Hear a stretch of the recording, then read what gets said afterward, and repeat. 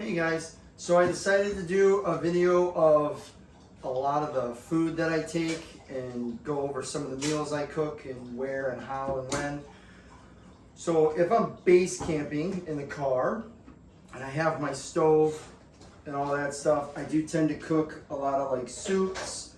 Sometimes I'll take like some chicken sausage and mix it in with some beans. I have those little hobo pie makers. I might take some bread with some ham, make some like hot ham and grilled cheese sandwiches, and warm up some tomato soup. Things in the car, or we'll make full-on dinners like spaghetti. Try to make them a little bit smaller so we don't have to store any of it in the fridge. I do tend to make some overnight oats. Put some peanut butter and chia seeds and things. Sometimes what I'll do is I'll measure how many days I plan on eating that particular meal so I don't have to carry an entire tub. I can just measure it out and I'll do a couple scoops extra, put that in a separate bag. Same with the chia seeds. Sometimes I just have a little bit of protein shake in the morning with like a yogurt or a banana. That tends to be like if I'm at the car. Also while driving across the road, I do like to have, or just at camp too, I tend to take some pretzels and animal crackers and things like that. I definitely make sure I have my water bottle or protein bottle for when I make protein shakes, and I do tend to keep honey because I like to add that to that. That's mostly like my camping dinners. Lunch, you never really eat at camp because you're usually either on a day hike, or even if you're in the back country, you're not at camp, right? You're always hiking and on the move. So that's very snacky, but mostly for breakfast and lunch, if they're at the car, they tend to be some of these things. We could make egg McMuffin sandwiches, ham egg McMuffin sandwiches, breakfast hash, just depends on whatever we have on the list and decide. And as I said, dinners, we can make a lot of things that you can make at home. If I'm in the back country, I tend to like the freeze-dried meals. Chicken pasta, chicken Alfredo, I do like a lot of the chicken ones. They seem to be pretty good. For water, whether I'm at camp or whatever, I tend to always have a water bottle. I don't like buying water bottles and reusing them. I'll drink out of the hose and out of my big jug. If I'm on like a small run, I might have like a running backpack for water for the day. If I'm in the back country, depending on how far away our water sources are, I might keep an extra 3-liter bladder, but I tend to just have 1 or 2 collapsible liter water bottles. That way they're lightweight, and as you use them, it reduces the space that they take. And when you're not using them, same thing in the car, it saves space. How I plan all this out, which I'm gonna go over in another video at the end of this, I'll break it apart on how I know how much food I need for the extended trips. This particular one, I plan on driving out there and spending quite a bit of time in the backcountry, about 11 days. So most of the food supply that I have out the gate is for backcountry and snacks. And then when I pick up one of the people I'm going to be with, we're going to go grocery shopping because we'll be doing a lot of camping at a campground and a lot of day hikes after that. So we'll stick to some of that food. For the backcountry, I tend to eat a lot of beef sticks, barbell protein bars. Those are really good. I have some yogurt berries, yogurt covered berries, oatmeal cream pies. You got to have food that you like. You're going to get really snacky. And some of this also is for like at camp, if I have other friends or guests, break out some extra snacks. Everybody's working hard all day. Sometimes if I find things like we have chocolate covered pretzels, Oreos, these are delicious. They said they were limited edition. I can't find them anymore. I've had these for about 2 weeks. I saved them for the trip, which was cool. Depending on the heat temperature, if it's something that's going to be melty, I also have to plan different because a lot of these bars will melt, so then I can't use them, so then I'll switch to oatmeal cream pies or like Laura bars. I found these at Sam's Club. There's some type of like peanut butter chocolate sea salt bars. Those might not melt. Sometimes you just experiment. I do take a lot of Cliff Blocks because they're really good for the electrolytes, and they're delicious. I could eat those things all day. As we were talking about the Ziploc bags in my camping cook setup video. The reason why I take those is I buy giant tubs of M&Ms because it's cheaper, and then I just take what I need for how many days, or just a handful or so for a day trip. I got cashews, milk chocolate covered raisins. These are more for camp because they would definitely melt. Sea salt caramel and pecan caramel clusters. Plus, when you're driving, some of my distances just to get out there could be like 36 hours. So I don't want to stop at gas stations or whatever. I just grab snacks as I'm on the road. Sometimes I'll stop and eat. That's fine. These are supposed to be a really, really big hit right now, these nerd clusters. I'm not really like a hard candy kind of person. These are delicious, I'm not gonna lie. We opened them, we tried them out, they're phenomenal. Definitely more of a chocolate kind, but these are gonna be a hit out there for sure. All right, so what I'm gonna do is, I go on my spreadsheet, I figure out how many days I'm in the backcountry, and then I break all these apart to figure out, or even for some of these, how many day hikes I'm doing. So pretty much all of this is gonna be split over 6 weeks, and I will divide it all up so that way I know I have enough. If I have any extra food, that can go in a separate bin that I can have for extra snacks, but I need to split all this up to make sure that I have enough beef sticks for every day. That's the main important one. And then snacks could be just split up, depends on whatever I have a hunger for that day. And that's kind of why the variety of snacks is so important. You don't want to be out there and have a craving for something and not be able to have that for several days. Another thing that I do like to take are these Alpine Spice apple cider. They sell them at like Kroger and Meijer and stuff. These are really, really good. Super hot days if you're only drinking water. One time I got a really, really bad headache. My buddy gave me one of these. My headache went away, so now I take these with me. I also like these Pedialyte Advanced Care for electrolytes. I'll take those. If I'm just going out, and if I'm mostly at the car, I'm just going out for day hikes, I can use Scratch Labs electrolytes. I like that as well.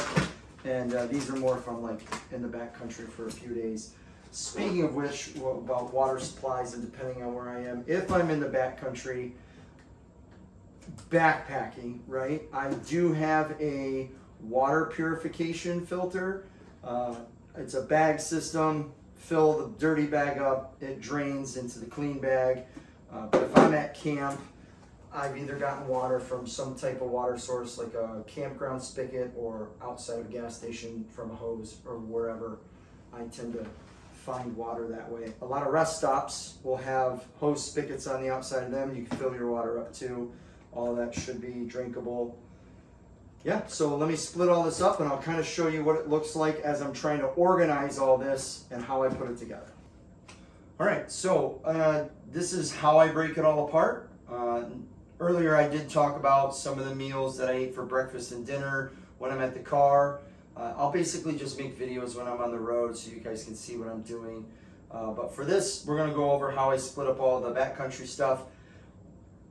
On the floor, there's 11 piles of these. Make sure that I have my breakfast, my lunch, and my dinner. That's how I divvy it all up. I like to see it, break it down into piles so I can figure out what I have. I don't break down like how many calories I have or none of that. I don't really care. I just kind of grab what I like, and usually it works out. Sometimes you might end up a little hungry, sometimes you have more food. It usually balances out in the end. This particular one, I'm going to be out for 11 days, so I have 11 piles of food everywhere, all over the house, like a yard sale, just thrown all over. Real fast, back to the car. We're going to be doing day hikes for about 25 days. So one of the things to divvy up all the food that I had piled earlier, I made sure that I had 2 beef sticks for every day. My wife is going to be with me for 2 weeks out there, so she's going to be out there a little bit less. So I also made her one that's going to have enough for 14 days for her, and then the 25 days for me. And we also have piles and piles of snacks, so we can just kind of sift through that the night before as we're loading our like daily lunch, depending on what we want. So back to the backcountry stuff for backpacking and all that. I tend to like breakfast meals that don't require any cooking or warming water. There's a ton of different brands of these. You know, it's like if you like a Chevy truck, a Ford truck, or a Dodge truck, nobody cares, right? It's all personal preference. Unless a company is paying you to tell you that their product is awesome, everything's personal preference, right? And all of this for me is personal preference. So Mountain House, like this, I have like granola with milk and berries. I got a Peak Fuel, strawberry and granola. And this one is Mountain Berry and Cobbler, which my wife pointed out as we were picking up some last minute supplies. It's a dessert. Yeah, I will be eating that for breakfast because that sounds delicious. And I don't really care if it's a dessert. For dinners, I have pad thai with chicken, chicken Alfredo, and kung pao chicken. I do tend to really like the chicken meals. They're my favorite. Like I said, so if breakfast and dinner are even at camp while backpacking,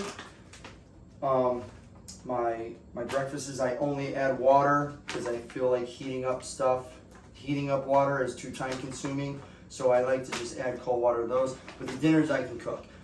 While you're out during the day, you don't necessarily stop and sit for like a full lunch break for like an hour or something. Maybe you'll stop for 30 minutes. But the majority of the time, anytime you stop to take a rest, you might grab a snack. You kind of snack throughout the day. I particularly like to take 2 beef sticks. Some of the things that I have that are the same will be the oatmeal cream pie, the yogurt covered berries. I didn't want to take a Lower bar for every day, so I have one for every other day. And mine are the chocolate chip cookie dough, because those are my favorites. And variety, again, as between the meals and the snacks are pretty good.